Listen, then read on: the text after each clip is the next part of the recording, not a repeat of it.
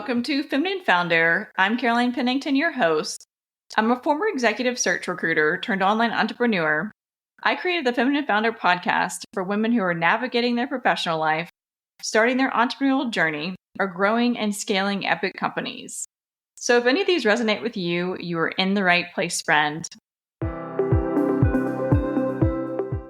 Hey, friend. Thank you so much for being here. I wanted to come on here and do a short Thursday episode for you.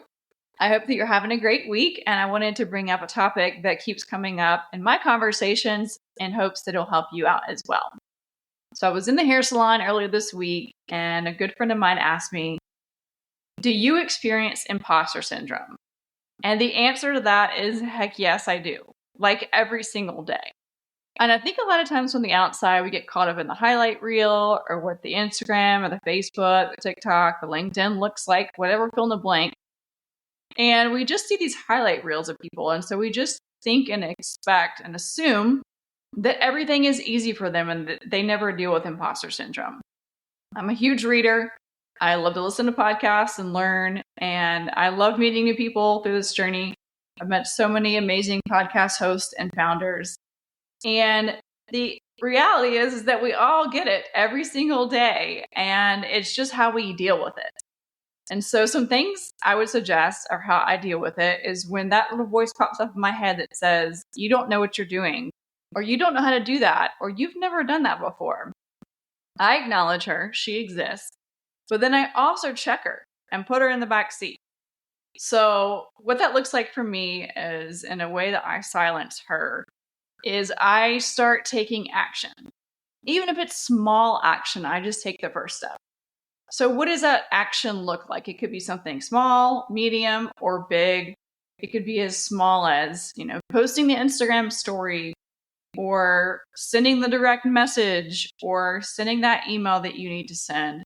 It could be something bigger, like creating marketing material for your next campaign, or actually asking someone who you've been wanting to ask to do something with you, whether it's a collaboration or to be a guest on your podcast or to do business with you. And you just had to work up the courage to actually send that message. One thing I would suggest too is that if you're going to ask someone for business or to meet with you, or you would like something for them, to make sure that the message is purposeful.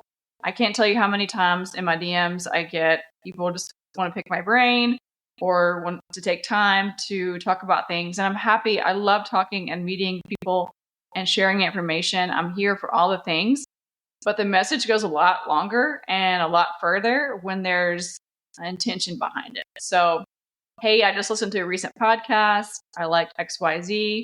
I would love to learn more about how you started this community. Okay, great. Like 9 times out of 10, if I'm available, I'm going to meet with that person.